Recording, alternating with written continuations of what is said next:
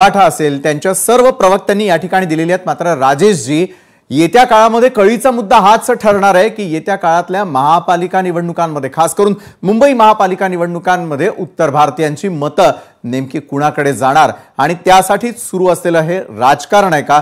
कारण उत्तर भारतीय महापौर बसणार असं देखील बोलायला धजावताना दिसून येतात। राजेश त्रिपाठी, मैं एक ही बात बोलना चाहता हूं कि 2017 में जब वोट हुआ था तो बीजेपी शिवसेना साथ में थी, बराबर। 16.3% वोट बीजेपी को मिला था, 16.3% शिवसेना को मिला था। जो ये इनमें आपस में साठगांठ हुई थी कि मलाई आधा आधा बांट के खाएंगे, ठीक है। आज के तारीख में वो सब रहा नहीं और बीएमसी चुनाव इतना आगे बढ़ने की वजह से ये पूरी की पूरी मलाई पर बैठे हैं उबाठा जी, ठीक है।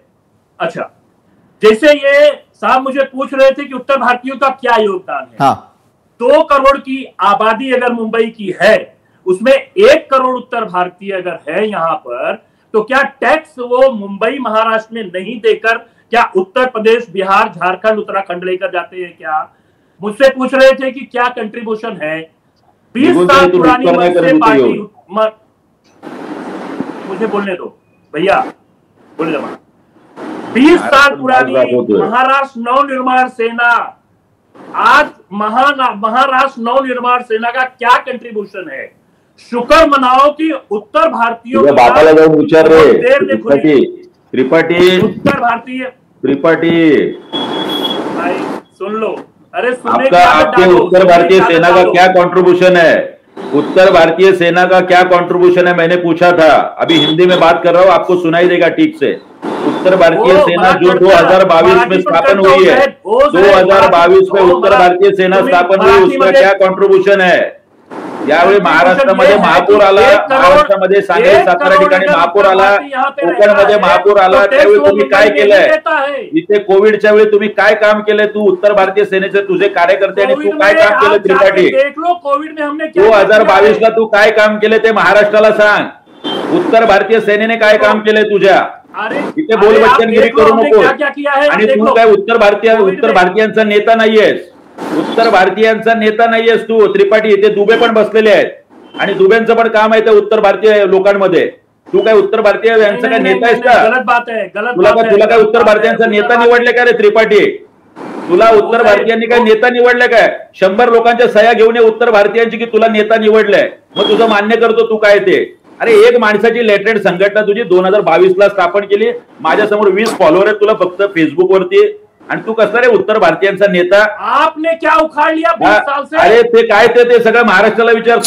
तू आणि तुझ्या बापाने सगळं विसरला म्हणून त्या मोर्चाला परवानगी नाकारली। 20 साल से पार्टी बना के रखे वो क्या? अरे 20 वर्षापासून पक्ष आहे म्हणून तू घाबरतोस इकडे। तुझी दादागिरी चालत नाही, वो भी चला गया। तुझी दादागिरी चालत नाही त्रिपाठी। उत्तर भारतीय विकास त्रिपाठी उत्तर भारतीय सेना कधी स्थापन झाली? त्रिपाठी उत्तर भारतीय सेना कधी स्थापन झाली? बरं, कोणता पक्ष कधी स्थापन झाला त्यापेक्षा गजाननजी, मी आपल्याकडे थेट मुद्द्यावरती येतो। उत्तर भारतीय मतांसाठी म्हणून सुरू असलेलं हे राजकारण असेल तर या राजकारणाला कोण कारणीभूत आहे? लेटेड संघटना, एक माणसाची लेटेड संघटना ज्यांचं इथे महाराष्ट्रामध्ये कुठलंही कॉन्ट्रीब्युशन नाही, ते महाराष्ट्र नवनिर्माण सेनेला सन्माननीय राजसाहेबांनी इथल्या मराठी माणसाला विचारतात की तुमचं काय कॉन्ट्रीब्युशन आहे? अहो 1 करोड येऊ नाही तर 2 करोड या महाराष्ट्रामध्ये उत्तर भारतीय येऊ, त्यांना गरज आहे म्हणून ते नोकरी चाकरीसाठी इथे आले। बरोबर, की आम्ही त्यांना बोलवलं इकडे की नाही, या आमच्याकडे धोबी नाहीये, या आमच्याकडे इस्त्रीवाला नाहीये, या आमच्याकडे हे नाहीये। हे येण्याच्या अगोदर काय इथे काम मराठी माणूस काय करत नव्हता का? अहो त्या ज्या आता अवधूतवाद म्हणाले ना, त्यांना मी सांगतोय प्रबोधनकार ठाकरेंनी लिहून ठेवले, प्रबोधनकार ठाकरेंच्या समग्र वाङ्मयामध्ये पडेल ते काम आणि मिळेल तो दाम। 2 करोड परप्रांतीय या त्रिपाठीला माहित नाहीये, त्यामुळे त्याच्याशी बोलताना नीट बोलणारी माणसं पण आपण आणली। हे एक माणसाची लेटेड संघटना ज्यांना कोण उत्तर भारतातले पण लोक विचारत नाही, आणि निशिकांत दुबे सारख्या माणसाला विचारायची या त्रिपाठी का फ्रिपाठी कोण आहे त्याची हिंमत नाही। जो मराठी माणसाचा अपमान करतो तरी सुद्धा हा काहीतरी त्रिपाठी विचारत नाही. पहिलं त्याला त्या प्रश्नाचं विचारलं पाहिजे. निश्चितच आहे. मात्र आज ज्यावेळेला उत्तर भारतीय नोकरीसाठी या ठिकाणी येत असतील तर त्यांना कुणीही आमंत्रण दिलेली नाही. त्यांनी त्यांच्या ठिकाणी जावं, त्या ठिकाणी जाऊन त्यांचे टॅक्सेस भरावे. मात्र यावरून होणारं राजकारण थांबवण्यासाठी आता काय करायला हवं हा खरं तर मूळ मुद्दा आहे.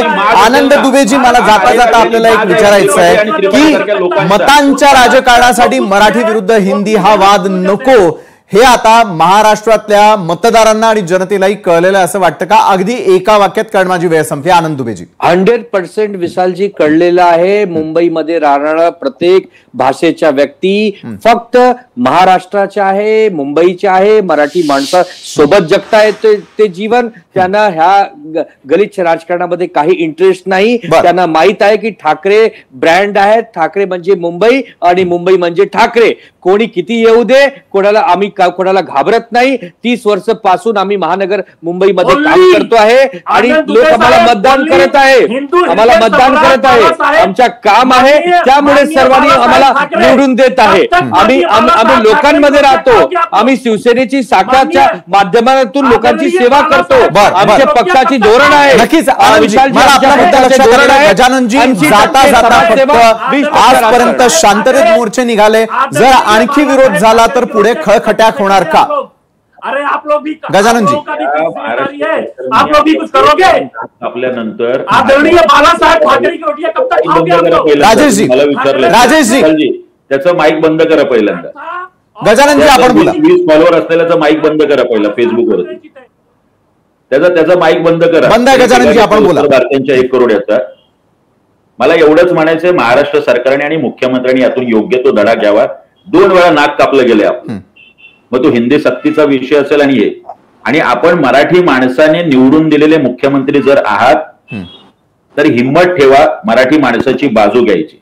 या पद्धतीने ते निशिकांत दुबे असतील किंवा ही जी मंडळी असतील त्याचा निषेध करायची सुद्धा हिंमत ठेवली पाहिजे. आणि कुठल्याही पद्धतीची दादागिरी, मग ती राज्य सरकारची असो, गृह खात्याची असो, नाहीतर अमराठी लोकांची असो, महाराष्ट्र आणि मराठी माणूस खपवून घेणार नाही.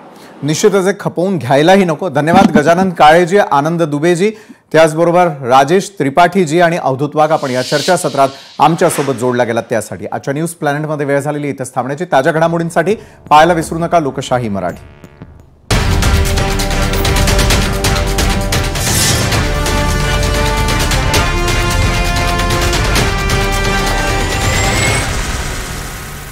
सिंधुदुर्गात अधूनमधून पावसाचा जोर वाढतोय.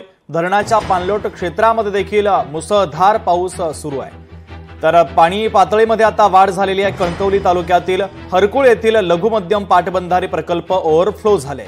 जिल्ह्यातील 8 लघु पाटबंधारे प्रकल्प 100% क्षमतेनं भरलेले आहेत.